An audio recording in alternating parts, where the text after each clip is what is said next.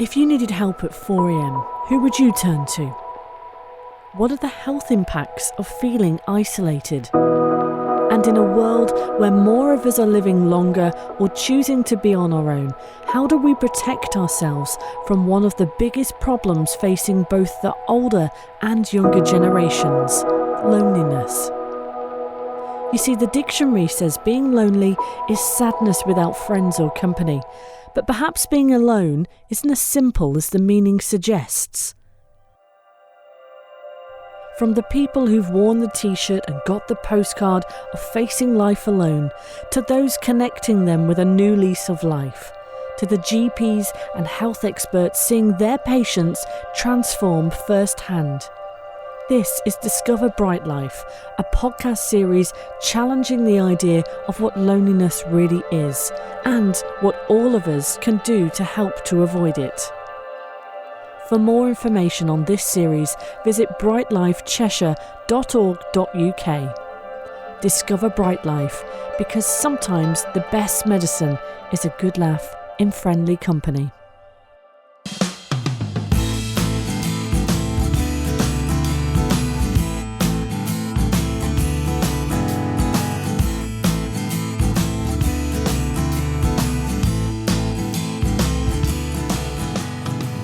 When it comes to visiting a GP, sometimes all we need is a pill, an injection, or a simple pat on the back. But how does diagnosing a patient who's feeling lonely differ to the usual clientele passing through a doctor's doors? And are feelings of isolation really covered under doctor's orders anyway? Well, one of the ways that Brightlife is reaching new members is through its connections with local GP surgeries. Dr. Achla Damania and Dr. Jonathan Griffiths are both GPs at the Swanlow Centre in Winsford, Cheshire. They've seen for themselves the difference referring some of their regular faces to the social prescribing team has had, and have also been challenging their own thoughts on the effects loneliness can have on all of our health, regardless of age, gender and background. In this episode, we listen in to Achla and Jonathan's conversation as they ponder over the who, what and why social isolation is something all health experts must continue to learn about. So I've been looking at the website for the campaign to end loneliness, which is really worth looking at. So that's campaigntoendloneliness.org. And if you've not seen that, I really would recommend you have a look at it. And actually anybody who is worried about finding out more about the impact that loneliness has, or if you are lonely yourself, or you think that somebody that you know is lonely and may have issues, it's worth looking at that site, because there are resources for professionals like us, but there are resources for people who feel they might be lonely as well. But there's some fascinating stats on there which I think are amazing, actually. So did you know, Achla, that loneliness is associated with a greater risk of cognitive decline, for example? Well, I didn't actually know that, but it doesn't surprise me. I think you kind of see it in people but I didn't really know whether it was because they're on their own or because their partners died. And I think it's interesting because I can understand how somebody who has dementia, that being isolated and lonely would impact on that. But the research does suggest that you have an increased risk of developing cognitive decline if you're lonely. And just that lack of social interaction in itself can start to have its effects. And what's also really interesting is the effects that loneliness can have on some other physical health. So apparently it's associated with an increased risk in developing coronary heart disease and stroke, increases the risk of high blood pressure. And I think it's comparable. If you are lonely and isolated, the impact on your mortality is comparable to obesity and has a similar influence to cigarette smoking. It's a comparable risk factor for early death as smoking 15 cigarettes per day. Really? That's amazing, isn't it? Which is remarkable. And so, and that's to say, the site has got all these stats on it, which kind of, and we spend all this time often focusing on the things that we know are harmful, like smoking and obesity and treating diabetes and treating heart disease. But do we spend the equivalent time focusing on people who are lonely? Probably because we can't give them a pill or tell them to stop being lonely. We can't give them a pill, can we? But we see, I see the effects of loneliness on people that are coming into my surgery, and I know that you will do as well. And I know that you've been using or referring people to Brightlife. So who have you seen, and what kind of people have you seen that you've used Brightlife with? I think basically there's quite a lot of people, but there was one person who I was, it was particularly impressive, really. So he was this man who had developed a long-term illness, basically, and was having a lot of side effects from treatment. And he'd come in and he was really grumpy, and his wife said, "Oh, he is so grumpy and he won't go out anywhere, and I'm just going to go out without him. I'm just really fed up." And I said, "Oh, well, why don't you get him to come to see me?" Because I thought, well, perhaps he's depressed. And he did seem quite low, really. And one of the things he said was, well, before I used to go to work and I used to, be with the lads all day, and it used to be really good. But I'd go back to work tomorrow if I could, but I can't because of the way he feels. Mm-hmm. So sort of mentioned Brightlife and said, well, I don't really know if they can find somewhere for you to go. And I phoned up Jackie, and she said, oh, yeah. She took his details. And then his wife came back and reported that, he was a different man, mm-hmm. and he joined Men's in Sheds or something. And he was, and I didn't see him again. So, and he seemed a lot happier. And that was one case which was really good. And his wife also felt a lot better. Yeah. So, it's amazing, isn't it? Yeah, it is amazing. So there are a lot of people, and I think that when people have developed long-term illnesses and they have had treatment and they lose their confidence, it's difficult for them to then get out and or look for things to do. And with Brightlife, obviously, we refer them to somebody who knows what's around and just has a chat with them and suggests things. And I think that's absolutely brilliant. Yeah. And I guess we should say, so for those that don't know, Brightlife is a local initiative that's a lottery funded, looking at social isolation and loneliness in the elderly, although they define the elderly as over 50, which is, feels a bit real to me, approaching that number myself. But I went along to see Brightlife at a coffee morning. We sat down and saw some of the I would call them patients, but they're just people, aren't they? The same as you or I, who were there. And it was great. And they were talking about how helpful it's been to have coffee mornings that they know that are on, and lunches, and just the connections with initiatives that are already there. So lots of charities already put on soup lunches or sandwiches or whatever it might be, or tea dances. But connecting people and saying, did you know that the Salvation Army run this on a Friday? Why don't you go to their lunch and meet people? And then also working out for them how they're going to get there. So transportation is a massive thing for the elderly. And I remember, I think the first blog that I ever wrote a few years ago was after I'd volunteered to spend a day in a wheelchair. So I just spent a day in a wheelchair just to see how it was. And I thought that I would find it inconvenient and difficult. I couldn't get obviously up and down stairs and so on. And all of that was true.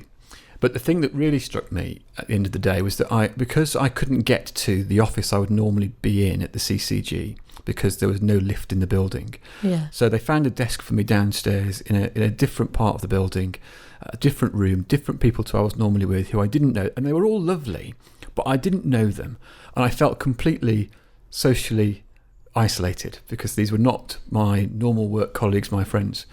And it was that sense of, and that realisation that, gosh, if you can't get out, if I couldn't get out and wheel myself upstairs to see the people that I knew and were friends with, how lonely that could make you feel. And we see people all the time in our home visits, don't we, who we might be the only person they see all day. Yeah, that's right. Sometimes it's quite difficult because when you say to people, do you get a bit lonely and stuff, sometimes they think it's a reflection on them or their family, and they say, oh, my daughter's very good and this kind of thing. But I do think people need something for themselves outside of their family, and I think that this kind of thing is is invaluable, really. Because in fact, I mean, so one of the stats that I saw on the Campaign to End Loneliness site is that apparently over half of people aged 75 live alone.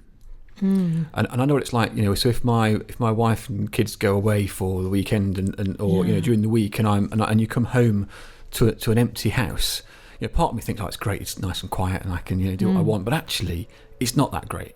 And I really missed that social contact really quickly.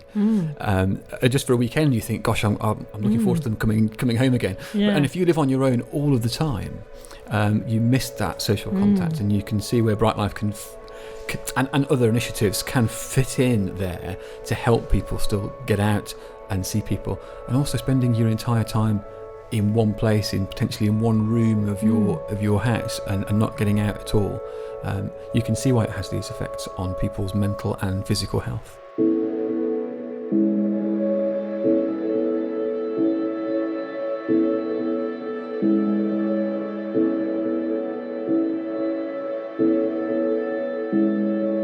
I think it's interesting when we think about how we identify people who are lonely, and I guess it's tricky, isn't it? Because people often won't come and see us as GPs and say, "Oh, I come to see you because I'm lonely."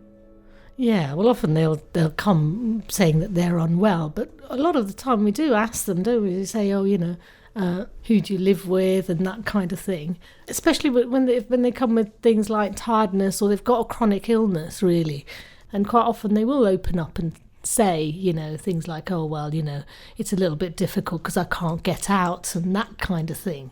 And I think that's what people mainly say, "I can't get out." I don't think they generally go, "Oh, well, I'm really lonely." Yeah.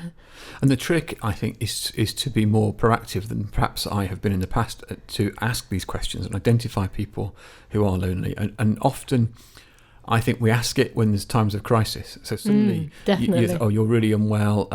Do I need to send you to hospital, or can I keep you at home? Right, well, who else is at home? And only then do you find out that there's nobody. Yeah. And once you're at that point, it's all a bit late.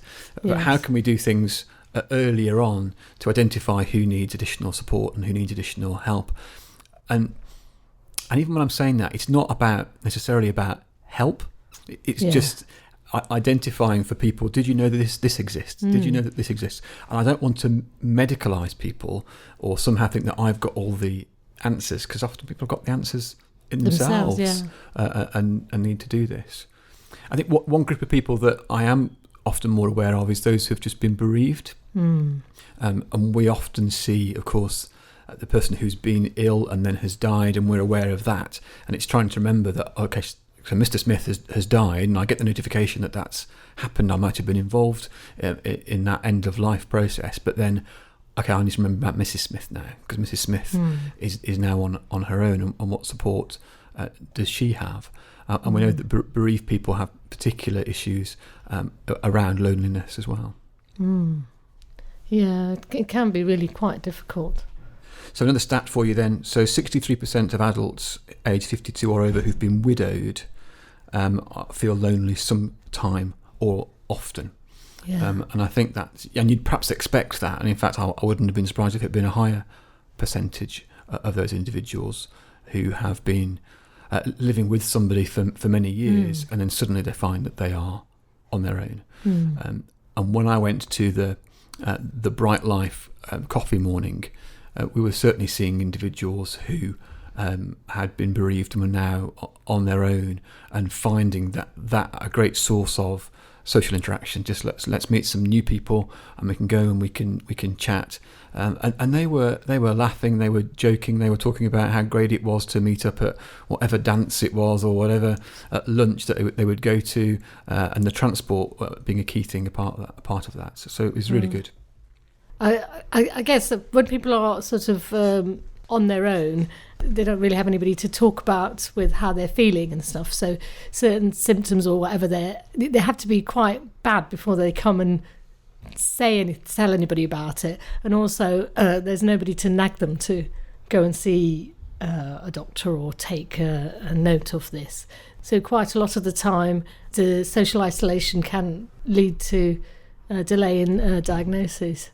there was this one particular lady. She had a sort of cancer on her face, and she just shut herself away, and then it got so huge that then that's only when she sort of sought help. Yes. And that's quite sad, really.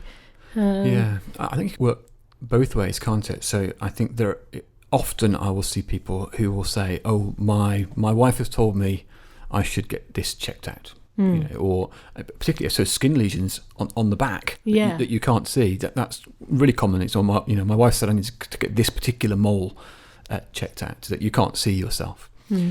But I think also interestingly, you don't have that person there to say, "I'm feeling like this. Do you think it's okay?" And for that other person to say, "Yes, you're fine." Yeah.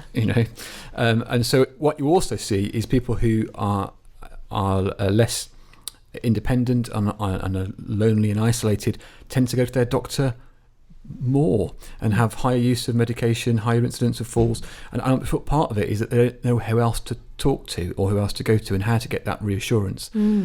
So on one hand, you have people that potentially miss things because no one's saying you've got to get that checked out. But equally, going to your doctor all the time isn't a great thing either, because you need people around you to say, no, you're okay, that's fine, let's see how it goes, and so on. And we need to get the right balance, and people on their own, it's very hard to keep that balance sensible. I think that's one thing we do pick up on. If people are coming all the time and they're needing reassurance, that is a clue that they haven't got anybody to reassure them. Yes. And perhaps they need to be going out a bit more. And I think this is all really important for us as GPs. So we both work in practice, don't we, seeing patients, and we see it firsthand, the impact that it makes. So I also we both work for the CCG, yourself along cancer and end of life, and myself as chair of the CCG. And it's really important that we identify and recognise that some of these issues have impacts about what we commission and how we want to try and put services in strategically. And if we think about the impacts that it has on physical health, like we've talked about, and we haven't really talked much about mental health, but clearly there's a huge link with mental health, we need to be commissioning appropriate services. And I think doing that with our local authorities, because some of this is clearly health. A lot of it is not really health problem. People are lonely. It's not because they've got a physical health problem. It may lead to it. How can we help them together as health and social care to ensure that the right services are in place, people know where they can go to get support, where they know where they can go to meet new people? How are we designing our towns to make it easy for people to get around? I keep talking about transport, and it's true. So what public transport links have we got that make it easy for people to get out of their houses into the town, even to do their shopping and to get out and about? And how we do that is really important. I think increasingly we're recognising in commissioning that we need to do this and do this in a joined up way. Yeah, I mean, it's obvious, isn't it? The better your social structure, the better the health. And I think we're struggling at the moment, aren't we? So we're recording this in January, and all the newspaper reports are about the winter pressures. Bed crisis and the winter pressures. And if you're sat at home on your own and you've got nobody to say, do you think I'm okay? And you've got a cough and a cold, you're much more likely to end up calling the GP or calling 999. Nobody there to help you, and you suddenly take to your bed with flu. Now, if I take to my bed with flu, I've got a wife and 2 kids who can look after me and make sure that I'm all right. If you're on your own, you're much less likely to stick it out on your own and more likely to call for health services to help you out. And more likely to need health services if you get dehydrated or whatever. Well, absolutely, and more likely to end up to get out. And more likely to end up in hospital. And fantastic, we've got an NHS that can provide that service for you. But equally, you don't want to be in hospital if you can help it. They're not great places to be. So how do you stay at home and have someone to look after you if you haven't got those family and friends around to support you?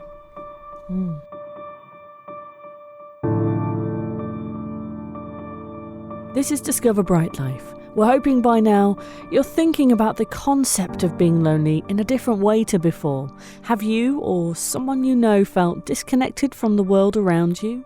Over the next few weeks, we'll introduce you to some incredible stories of those who've been there and done that. But also some of Brightlife's employees whose job it is to tailor a solution especially to suit you. Here's a taster of what to expect next episode. Some people are really pleased just to have a visitor, to have somebody to offer a cup of tea to. Yeah. They can be nervous, they're worrying about what you're going to ask them and how intimidating it might be for them. And yet, once you start just chatting and you're looking around the room and be able to say, oh, look at that photograph, that's beautiful, who's that in the photograph? And being able to bring out stories of their life from that. And I think, things like that, you can, when you reflect back on it, you see a real difference even just within, that hour, 2 hours that you've spent with somebody. I think, the journey that you can see from the start to, the couple of months down the line to where they were to where they are is amazing. Like, they've come out the other side and have really kind of blossomed, and it's really nice to see, and that's, what kind of gives me the satisfaction that you are really making a difference. That's Catherine and Chris, known as social prescribers. More of their insight on episode 3. But let's head back to Atchler and Jonathan and how they've come to understand their responsibility as GPs when it comes to helping spot loneliness during surgery. As a GP, so if I say to you, Atchler, I think you need to be doing more to tackle social isolation as a GP. I mean, do you think that's your job? Do you think you can do that with the resources that you've got? I think the thing is you can signpost people, and I think that's the best way to do it, but you can't actually give them friends as such. No. And the thing about signposting things is that when you do, you need to know that this signposting is reliable. And in so many services start and then fold, so you need to know which ones are, because the worst thing is being told to say, contact this person, and then you contact them and you don't get any response. It doesn't build confidence, and you're less likely to look further. Sure. So I think we do need to be supported in knowing that what we signpost to actually works, really. I think you're right. I think so. First of all, for me, the wake up call of how important this is, and the impact it has on health. And so those stats that I keep talking about were really impactful to me. So first of all, I would say I think we should tell GPs more. This is an important thing. And we're all focused on high blood pressures and cholesterols and so on. Well, what about this? And this is just as important. And then I think the second thing is, what can I do then? So if I identify somebody who is lonely, what can I do? So knowing there are services like Brightlife and knowing how to refer into them is key, because it needs to be easy for me as well. We've talked about we need to make things easy for other people to make those social connections. Well, as a busy GP, I need to just know how to do it, or know that somebody in the practice can do it for me. And then the reliability of the referral on and the signposting is absolutely key, isn't it? Yeah. I think some people are very happy to refer themselves, but other people just don't have the confidence to do that. And so the referral forms that we can fill in can be quite useful. But I do think that ideally people should make contact themselves, because that shows that their commitment and they're going to engage, really. Yeah. I think there's something about, we said it earlier, about not medicalising things that don't need medicalising. And we know, so one of the stats is that lonely individuals are more prone to depression. That doesn't mean that if you're lonely, you are depressed, and therefore it doesn't mean that you need to have a little tablet to improve your depression. And empowering people to realise, actually, I can do something about my loneliness. I can find other people to talk to.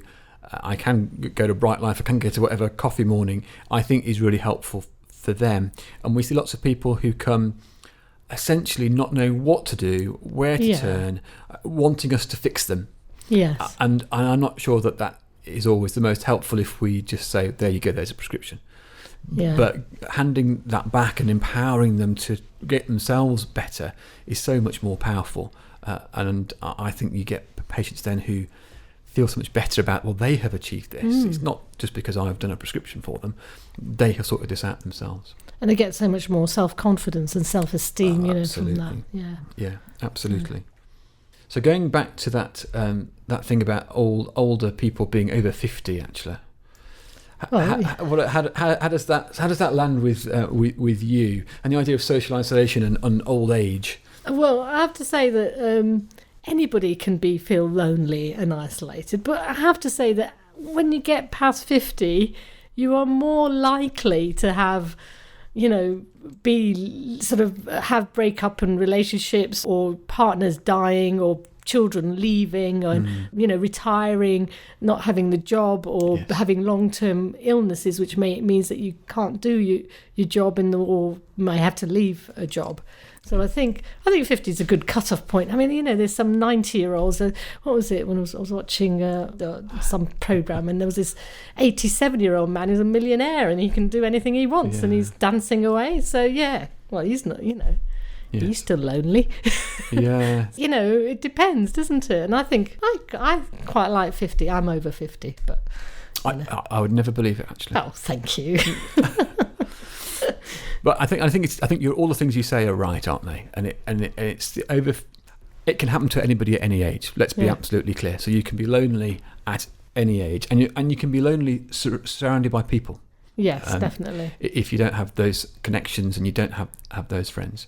But there are a number of significant life events that can occur and seem to occur when you get over 50. So finishing work, children leaving home, bereavement of your spouse, and your friends. Yes. So, as we get older, our friends will start to die. It's just a fact of life, isn't it? Of course, and your parents die, and sort of older people that start dying, and may have given you support.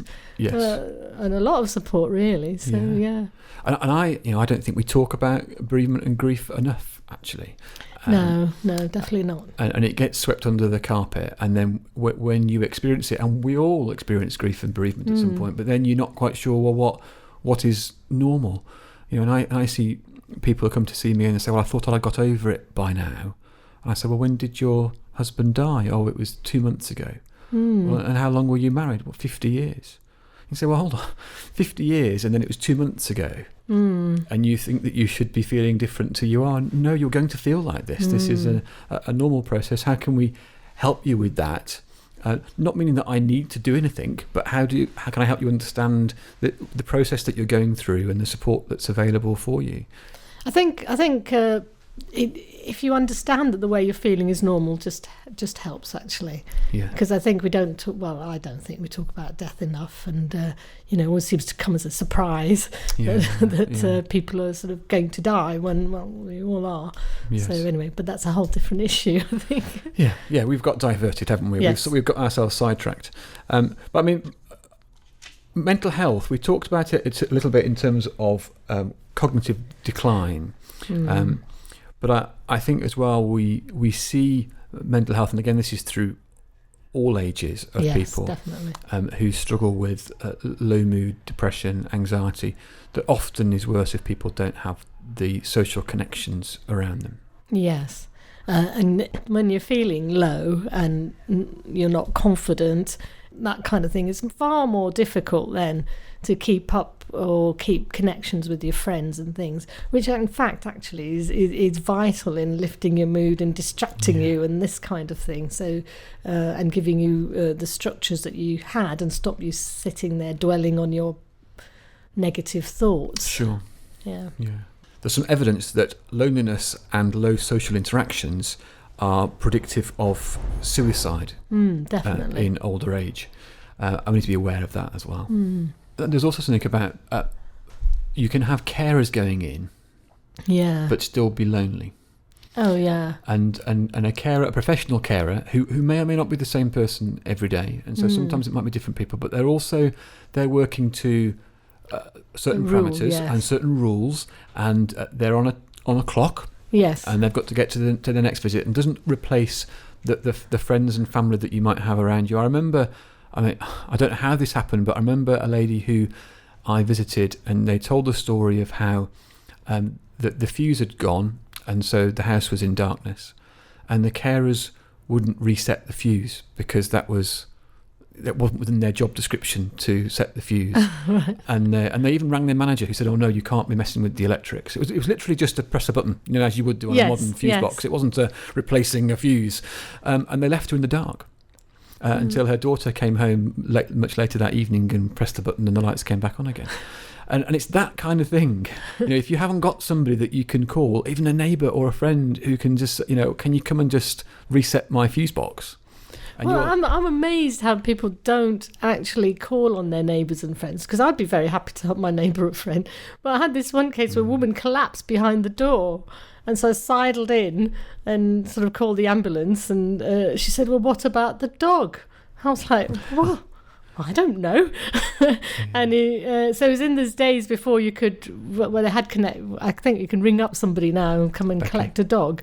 And so the lady told me to ring this kennel, and then we had to leave the key somewhere. And eventually the lady who was collapsed said to me, "Oh, you can go round to number X thingy and drop the key off there." So I went round, and the lady said, "Why didn't she tell me? Yes. I would have come round," and this type of thing. And so people just don't seem to have the confidence to ask their neighbours or for help. And I heard that a key question to ask people is, if you were to have a problem at 4 a.m, is there anybody that you could call? Right. And if the answer is no, yes, then that's a clear indicator of social isolation and risk, because you then will resort to either sitting it out, and you perhaps shouldn't be sitting it out, or you're going to ring 999. Yes. So I remember last year, so a year ago, at 1 a.m. on Christmas morning, our boiler burst, and I was still putting up a trampoline in the back garden, as you do at 1 a.m. on a Christmas morning, and walked into the kitchen with water pouring out of a light socket, and we were okay. And there was me and my wife, and we were able to turn the water off and so on. But I thought, gosh, if you were on your own and your boiler bursts in the middle of the night, what do you do? And who do you call if you haven't got those social connections?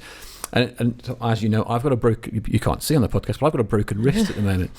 But it's amazing how hard it is to ask for help. And so the number of people that have said, if you need help driving the kids anywhere, if you need taking to appointments, because I can't drive, then we're here for you. Just call.